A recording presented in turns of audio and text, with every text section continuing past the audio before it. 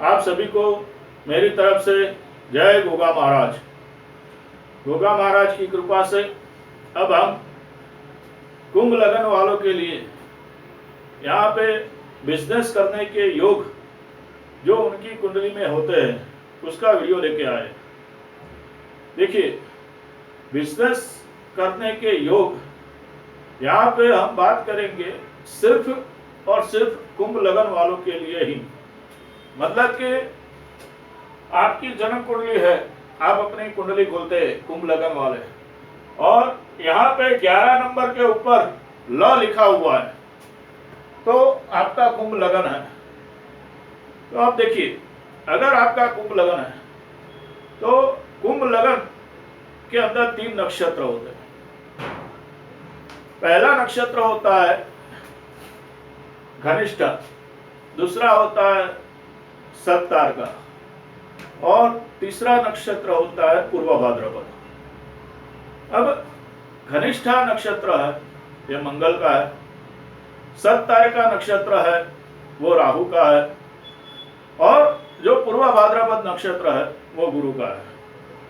और जो कुंभ लगन है उसका मालिक यहाँ पे शनि है। यानी कि अगर आपको बिजनेस करना है, देखो यहाँ पर पहले बात बता दूं कि छोटा मोटा बिजनेस हो गया जो 2-3 लाख रुपयों से शुरू किया जा सकता है। कोई पान का गल्ला होगा, कोई FMGC का किराना का दुकान हो गया, या ऐसा कोई भी छोटा मोटा बिजनेस हो गया, तो उसके लिए क्या है कि सिर्फ अगर आपका जो लग्नेश जो ग्रह है वो शनि, अगर शनि मजबूत है और शनि जिसके भी नक्षत्र में है, मतलब कि आपका लग्न जो है वो घनिष्ठा नक्षत्र का है, सत्तार का है या पूर्वा भाद्रपद, आपका नक्षत्र का लगन जो भी है वो लगन के मालिक में अगर शनि है और केंद्र त्रिकोण में है तो ये शनि बलवान हो जाएगा। और ये शनि आपको कोई भी बिजनेस करने के लायक बना देगा। छोटा मोटा बिजनेस जो भी होगा, जो सुबह 6 बजे से लेकर रात को 9-10 बजे तक चलता है, 16-16 घंटा जो एक ही दुकान पे बैठे रह के जो लोग बिजनेस करते हैं, उसके लिए कुंडली के अंदर उसका लग्नेश मजबूत होना चाहिए और होना चाहिए, तो ही वो स्थिरता से बिजनेस कर पाएगा। 16-16 घंटे एक ही जगह पे बैठे रह के वो बिजनेस कर पाएगा। लेकिन हम यहाँ पे बात करेंगे बड़े बिजनेस। बड़ा बिजनेस यानी कि आपका कोई भी बिजनेस है, उसके अंदर आपके साथ एक टीम जुड़ती है। वो टीम 10 लोगों की भी होती है, 50 लोगों की भी होती है, 500 लोगों की भी होती है, और 5,000 5 लाख लोगों की टीम भी यहाँ पे होती है। और वो आपका बिजनेस आपके शहर में, आपके राज्य में, पूरे भारत देश में और पूरे वर्ल्ड में फैला हुआ होता है। या फिर ऐसा बिजनेस नहीं है, लेकिन आप खुद का अगर आपका प्रोफेशन है, आप कोई सेलिब्रिटी है, आप कोई डायरेक्टर है, आप कोई खिलाड़ी है, तो वो भी लोग बिजनेस करते हैं। वो खुद प्रोडक्ट बन जाते हैं। जो सेलिब्रिटी होते हैं, जो खिलाड़ी होते हैं, वो अपने आप को बेचते हैं, तो वो भी एक बिजनेसमैन है। तो यहाँ पे ऐसे सारे जो बिजनेस है वो आपकी कुंडली के अंदर किस तरह से ग्रहों का वर्किंग होता है, किस तरह से आपका जो लगन कुंडली है उसके अंदर किस तरह से वो ग्रह है, तो वो काम करेगा। अब पहले मैं आपको बता देता हूं कि मान लीजिए कि आपका लग्न है। अब देखिए, यह लग्न एक भाव है, और ये जो भाव होता है यहाँ पे, ये आप देखेंगे तो टोटल यहाँ पे 12 खाने हैं। 1 2 3 4 5 6 7 8 9 10 11 और 12। अब ये 12 बाय डिवाइड 360, यानी कि ये 12 जो खाने हैं, ये 12 जो भाव है, उसको 360 डिग्री में बांटा गया है। यानी कि एक जो भाव है वो 30 डिग्री का बनता है और आपका जो लगन है वो 30 डिग्री का होता है। यहाँ पे ये बात आपको समझ लेनी जरूरी है कि कोई भी लगन हो या कोई भी राशि हो या कोई भी भाव हो, वो 30 डिग्री का ही होता है। ये बात फाइनल है, क्योंकि हमने अब ये जो लगन कुंडली है वो क्या चीज है? ये लगन कुंडली वो चीज है कि जिस वक्त आपका जन्म हुआ, मान लीजिए कि आपका जन्म सुबह 8 बजे हुआ, तो 8 बजे अगर मैं आपको बोलूं कि आप एग्जैक्ट 8 बजे एक फोटो ऊपर से खींच लीजिए, तो आपने जो फोटो 8 बजे खींचा, वही फोटो अगर मैं बोलूं आपको 8:02 पे खींचिए या 8:15 पे खींचिए, तो exact same direction, same direction, same हलचल, सेम वो सारी चीजें नहीं होगी वो फोटो में। तो इसीलिए हम बोलते हैं कि अगर आपकी जन्म कुंडली बनानी है, आपके जन्म कुंडली बनानी है, तो एग्जैक्ट तारीख तो होती ही है, लेकिन एग्जैक्ट समय का महत्व है। अब वही चीज यहाँ पे ये भी आ जाती है। मान लीजिए कि एक ही इंसान 8 बजे दिल्ली में भी पैदा होता है और एक ही इंसान 8 बजे बॉम्बे में भी पैदा होता है। अगर मैं बॉम्बे से ब्रह्मांड का फोटो खींचता हूँ, आकाश का फोटो खींचता हूँ, और दिल्ली से आकाश का फोटो खींचता हूँ, तो क्या वो सेम आएगा? नहीं आएगा। उसी तरह से एक ही वक्त जन्मे हुए लोगों का भी सेम बर्थ चार्ट शायद हो, लेकिन जो हम डिवाइड बाय रूल करते हैं, यानी कि ये कुंडली के अंदर भी हम सब 5 कुंडली, नवमास कुंडली, होरा कुंडली, जो वो कुंडलियां इसके अंदर बनाते हैं, वो सारी चीजें इसके अंदर अलग होती है, क्योंकि हर डिग्री, हर लग्न डिग्री वाइज अलग होता है, हर ग्रह का डिग्री वाइज अलग होता है।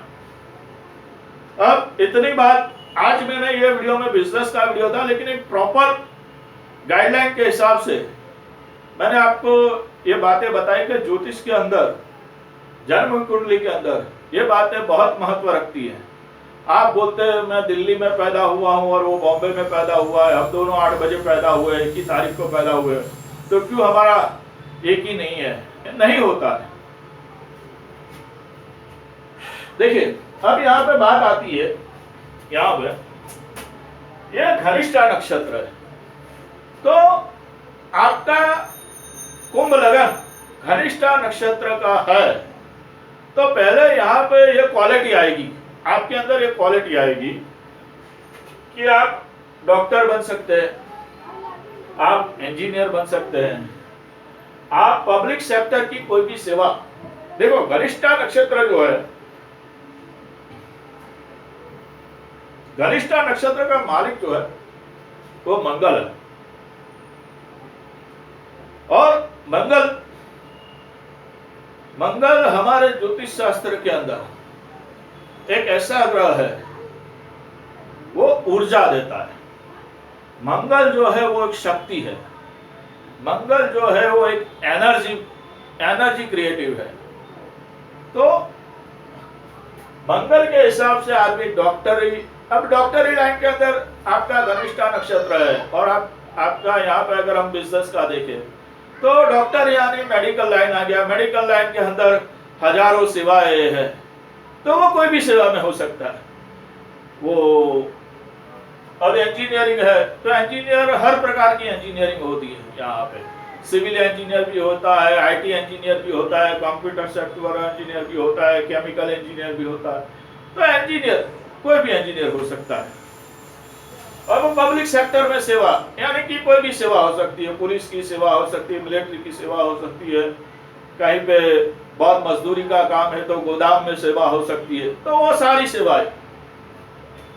अब यहाँ पे दूसरा नक्षत्र है सततारका।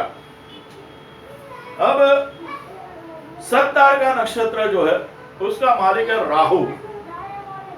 अब मान लीजिए कि आपका लग्न जो है वो राहु के नक्षत्र का है, तो राहु के नक्षत्र, देखो राहु जो है वो मायावी ग्रह है। राहु जिसके पास सिर्फ दिमाग है, सिर्फ सर है, वो सोच सकता है।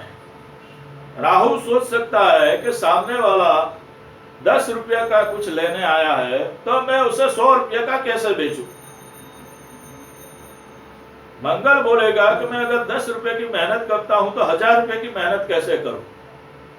लेकिन वहीं पे अगर राहु का नक्षत्र है तो वो सोच रहा है कि मैं 10 रुपया कमाता हूं तो अपने दिमाग से 1000 रुपया कैसे कमाऊं। तो ये फर्क है। तो यहां पे जो राहु का नक्षत्र होगा उसके अंदर इंसान जो है वो कोई भी कमीशन का बिजनेस करेगा। कोई भी कमीशन, कहीं पे भी कमीशन मिलता हो, किसी भी सेक्टर में कमीशन मिलता हो, वो कमीशन का बिजनेस करेगा, कंसल्टेंसी का बिजनेस करेगा, वो ट्रेडिंग करेगा। यानी कि कहीं से सस्ता लेके आया, कहीं पे महंगा बेचा, ये सारी चीजें ट्रेडिंग में आती है। फिर वो मेडिकल दवाइयों, यहाँ पे भी वो दवाइयों का बिजनेस करेगा, लेकिन यहाँ पे वो दवाइयाँ बनाएगा, दवाइयाँ बेचेगा नहीं। देखो, दवाइयाँ बेचने में बहुत मेहनत है, लेकिन दवाइयाँ बनाने में दिमाग लगता है। तो दवाइयाँ बनाएगा, वो इंपोर्ट एक्सपोर्ट करेगा। अब देखो, दवाइयों के बाद आती है तो दवाइयों के अंदर हजारों तरह के केमिकल्स भी आते हैं। तो राहु जो है वो हजारों तरह केमिकल्स के बिजनेस भी वो कर सकता है, प्लास्टिक इंडस्ट्री भी वो डाल सकता है। अब तीसरा जो है नक्षत्र है वो पूर्वा भाद्रपद है। अब पूर्वा भाद्रपद जो नक्षत्र है वो गुरु का नक्षत्र है। अब गुरु के नक्षत्र में देखो तो गुरु का रोल क्या है। गुरु का रोल है सबको सच्ची सलाह देना। गुरु का रोल है सभी शिष्यों को सिखाना, मैनेजमेंट। गुरु का रोल है मैनेजमेंट, अर्थशास्त्र, फाइनेंस। गुरु का रोल फाइनेंस में आता है। गुरु का देखो, पहले आज के जमाने में स्कूल है, कॉलेज है, लेकिन अगर जिस समय ये ज्योतिष शास्त्र की रचना होती थी, जिस तरह हजारों लाखों साल पहले ये ज्योतिष शास्त्र को अनुभव से उतारा गया है, ये किसी ने लिखा हुआ नहीं है, एक ही दिन में लिखा हुआ शास्त्र नहीं है। ये हजारों साल के लोगों के अनुभव पे से उनसे ये उतारा गया शास्त्र है। इसीलिए मंगल को मंगल का काम दिया है, राहु को राहु का काम दिया है, गुरु को गुरु का काम दिया है। आप समझिए, ये कोई एक ही दिन में लिखा हुआ शास्त्र, ज्योतिष शास्त्र नहीं है। तो गुरु में जो है वो फाइनेंस आ जाता है, सारी धार्मिक चीजें आ जाती है। अब आजकल आप देखो तो धार्मिक चीजों में तो कितनी सारी क्वालिटी हो गई है। कोई धार्मिक संगीत बनाता है, कोई धार्मिक सीरियल बनाता है, कोई धार्मिक चीजें बेचता है, कोई धार्मिक पुस्तकें बनाता है, कोई धार्मिक ट्रस्ट चलाता है, कोई गौ सेवा ट्रस्ट चलाता है। बहुत सारे एनजीओ हो गए हैं। तो उसके अंदर स्कूल भी आ जाता है, ट्रस्ट भी आ जाता है, कॉलेजेस भी आ जाती है। तो ये सारी संस्थाएं जो है वो गुरु के अधीन है। बैंकिंग सेक्टर हो गया, वो भी गुरु के अधीन है। अब पॉलिटिक्स सेक्टर भी इसके अधीन है, गुरु और सूर्य के अधीन। अब हम बात करेंगे कि आपकी कुंडली के अंदर किस तरह से, अगर आपने आपकी कुंडली खोली है और आपको लगता है कि मैं क्या बड़ा बिजनेसमैन बन पाऊंगा, क्या देखो, बिजनेसमैन बनना और बिजनेसमैन के साथ साथ पैसा होना, ये दोनों चीजें अलग है। आप बड़े बिजनेसमैन तो क्या है कि आपने कोई प्रोजेक्ट बनाया, आप अच्छे पढ़े लिखे हो, आपने कोई प्रोजेक्ट बनाया और गवर्नमेंट ने आपके उस प्रोजेक्ट पर लोन दे दिया, तो आप बिजनेसमैन बन गए। लेकिन वो बिजनेस सफल होने के बाद आपके पास क्या, बहुत सारा मनी, बहुत सारा पावर, बहुत सारा बड़ा एम्पायर, आपके पास कुछ है क्या, तो वो चीज भी देखी जाती है। और उस चीज के लिए मैं यहाँ पे देखो आपको बताता हूँ कि यह कुंभ लगन की कुंडली है। इसके अंदर लगन का मालिक हो गया शनि, यानी कि पहले तो शनि ग्रह यहाँ पे बलवान होना चाहिए। अब शनि ग्रह बलवान कहाँ पे होता है? तो शनि ग्रह जो है वो आपके ये 11 नंबर जहां पे लिखा है वहीं पे अगर शनि ग्रह है तो बलवान कहा जाएगा। दूसरा, शनि ग्रह यहाँ पे भाग्य स्थान में जहां पे 7 नंबर लिखा हुआ है तुला में, तो वहां पे शनि बलवान हो जाता है। दूसरा, शनि अगर यहाँ पे 2 नंबर जहां पे लिखा है वृषभ, अगर वृषभ का शनि है तो वो बलवान हो जाता है। अब चौथा, यहाँ पे 3 नंबर मिथुन का शनि है तो ये बलवान हो जाता है। और ये शनि 8 नंबर जहां पे लिखा है, ये शनि अगर आपकी कुंडली में है तो ये बलवान हो जाता है। अब यहां पे देखिए, ये शनि अकेला आपको पावर देगा, आपको बलवान करेगा, आपकी ताकत बढ़ाएगा, आपका दिमाग सेटेबल रखेगा। लेकिन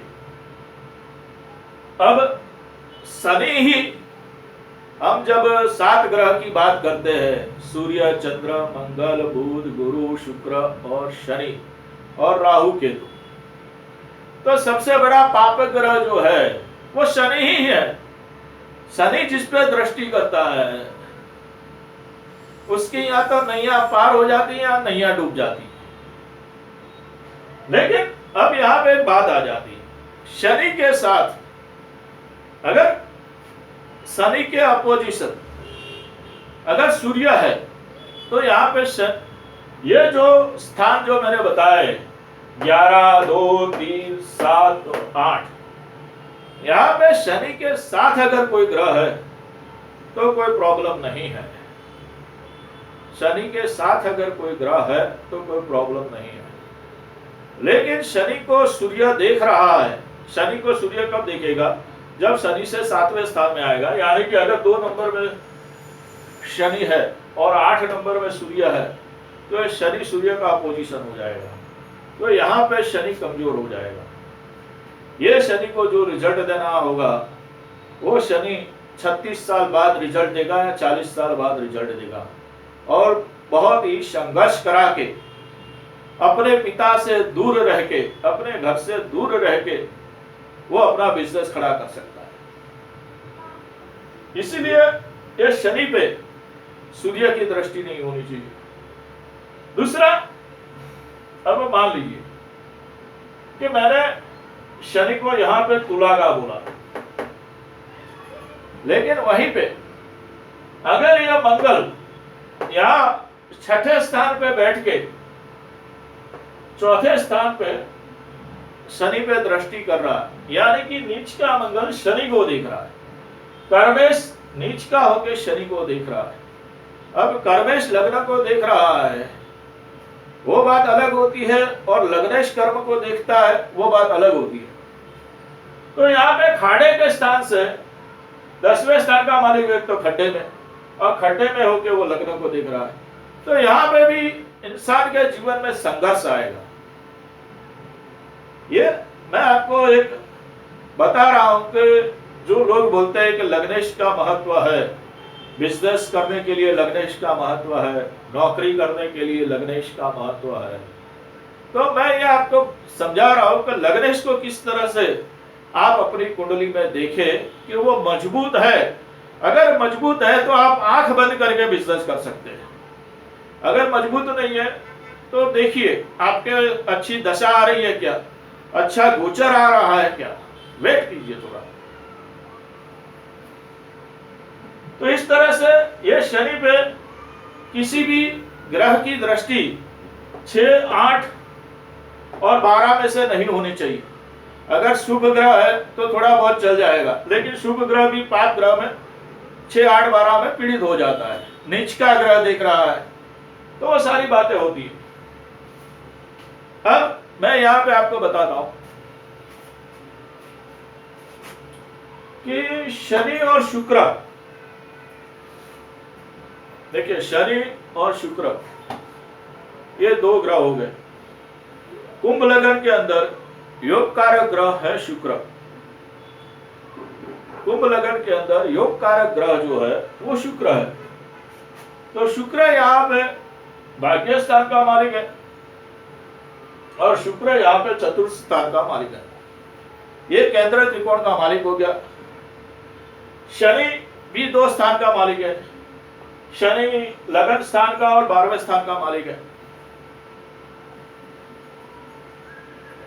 तो शनि और शुक्र अगर सही पोजीशन में है,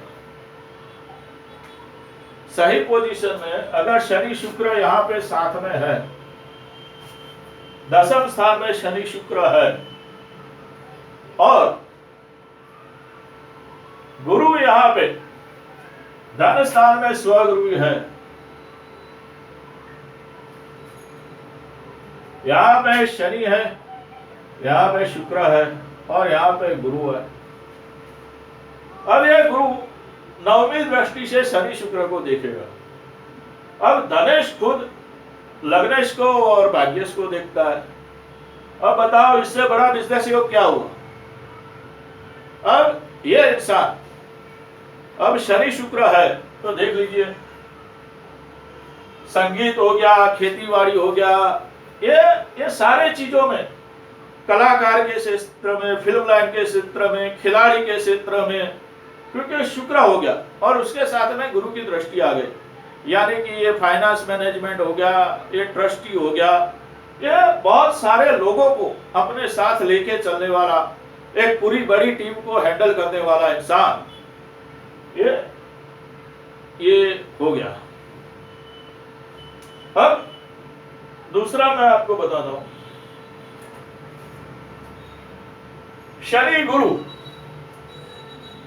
अब यहां पे शुक्र को हम हटा देते, सिर्फ शनि और गुरु ही है। तो क्या मान लीजिए कि शनि गुरु यहां पे भाग्य स्थान में है, शनि और गुरु। अब शनि गुरु यहां पे भाग्य स्थान में होने से आदमी सारे बिजनेस कर सकता है, क्योंकि देखो शनि की तीसरी दृष्टि लाभ स्थान में और गुरु की पंचम दृष्टि लगन में, यानी कि ये सारे काम सब कुछ कर सकता है। अगर इसके अंदर एक कर्म स्थान का मालिक मंगल, एक कर्म स्थान का मालिक मंगल अगर यहाँ पे लगन में हो, मार्स अगर लगन में है और शनि गुरु यहाँ है, तो हो गया, ये बहुत कुछ हो गया। अब इसमें कुछ बाकी ही नहीं रहता है, ना शनि बलवान हो गया, मंगल बलवान हो गया, गुरु 9वें स्थान में तो बलवान ही है। तो ये सारी चीजें इस तरह से कुंडली में बिजनेस के योग के बारे में देखी जाती है। अब दूसरा यहां पे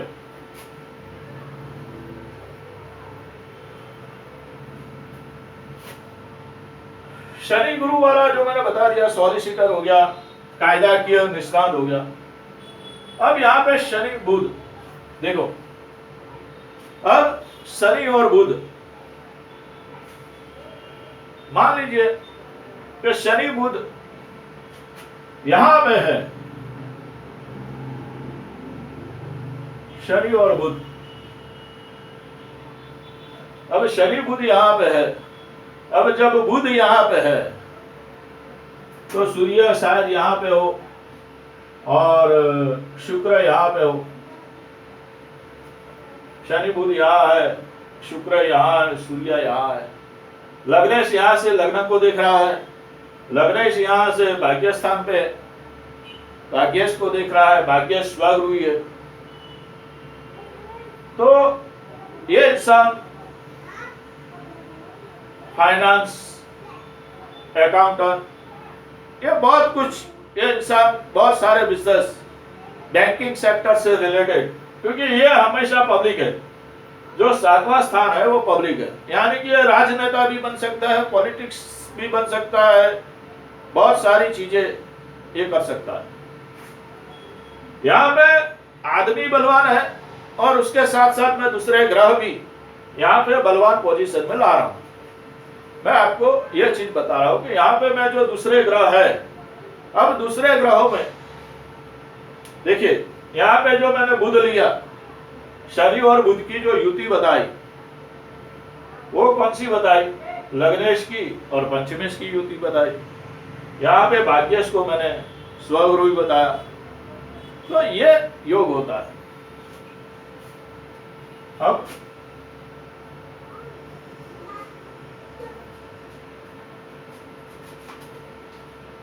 सप्तमेश को यहाँ पे सूर्य जो मैंने बताया, तो सप्तमेश सप्तमेश से दूसरे स्थान। दूसरा हो गया यहाँ पे शनि मंगल। अब शनि मंगल, अब शनि मंगल जो है वो, अगर शनि मंगल के लिए मैं कहूंगा कि यहां लाभ स्थान में हो तो अच्छा है। शनि मंगल अगर लगन में है तो अच्छा है।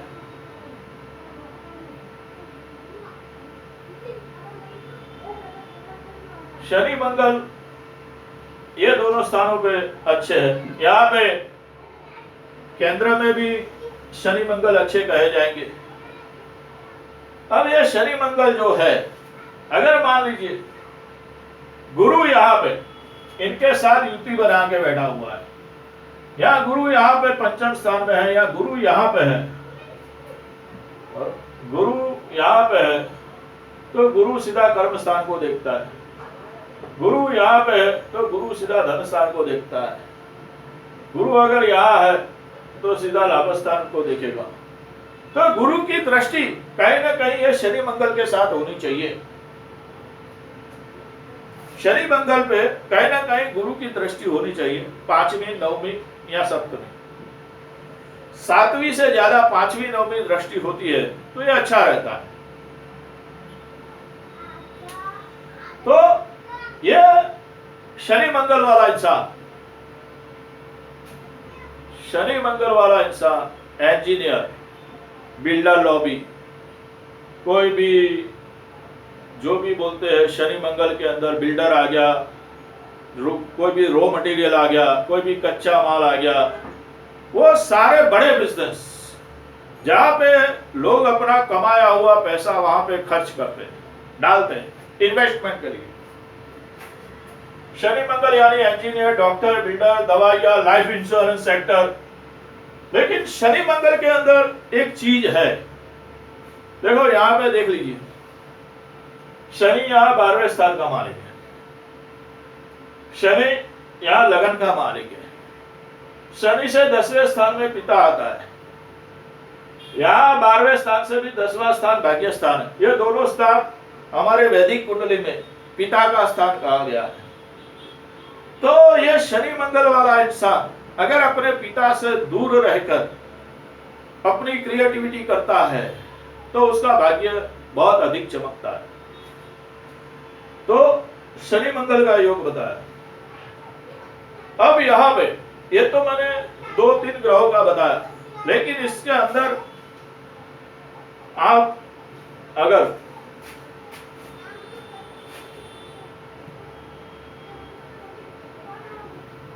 इसके अंदर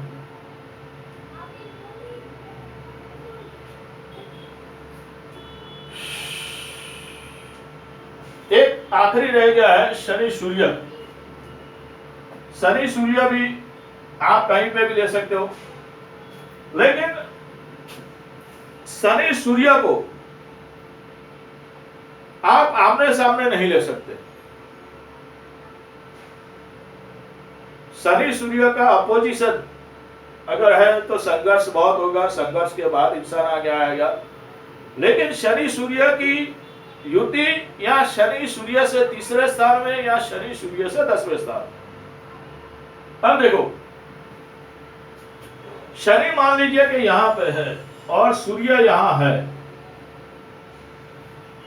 तो यह अच्छा कहा जाएगा। और गुरु यहां पे है,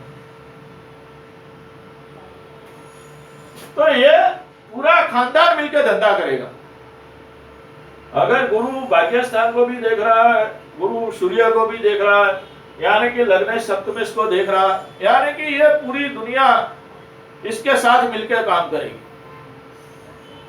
इस तरह से कुंडली हो जाती है।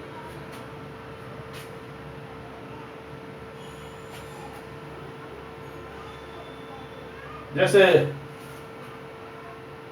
बहुत सारे उदाहरण। अब यहां पे देखिए, शनि, चंद्र, शुक्र और मंगल। शनि, चंद्र, शुक्र और मंगल, ये 4 ग्रह बिजनेस के अंदर। शनि, चंद्र, शुक्र और मंगल, ये 4 ग्रह अगर यहां पे 1, 2, 3, 4 और 5, ये 11 नंबर, 2 नंबर, 3 नंबर, 7 नंबर और 8 नंबर, ये 4 ग्रहों का कॉम्बिनेशन है। यानी कि एक साथ की मैं बात नहीं कर रहा हूं, ये चारों ग्रह को एक साथ जोड़ने की बात नहीं कर रहा हूं। लेकिन शनि यहां है, मंगल यहां है, शुक्र यहां है, चंद्र यहां है, या चंद्र इसके साथ है, या चंद्र शनि के साथ है। तो इस तरह का अगर एक कॉम्बिनेशन है, तो ये इंसान फिल्म लाइन, डायरेक्टर, शेयर बाजार, शेयर ट्रेडिंग, जुआ, सट्टा, लॉटरी, यानी कि सारे गैम्बलर बिजनेस शुक्र के साथ, सारा वो सब कुछ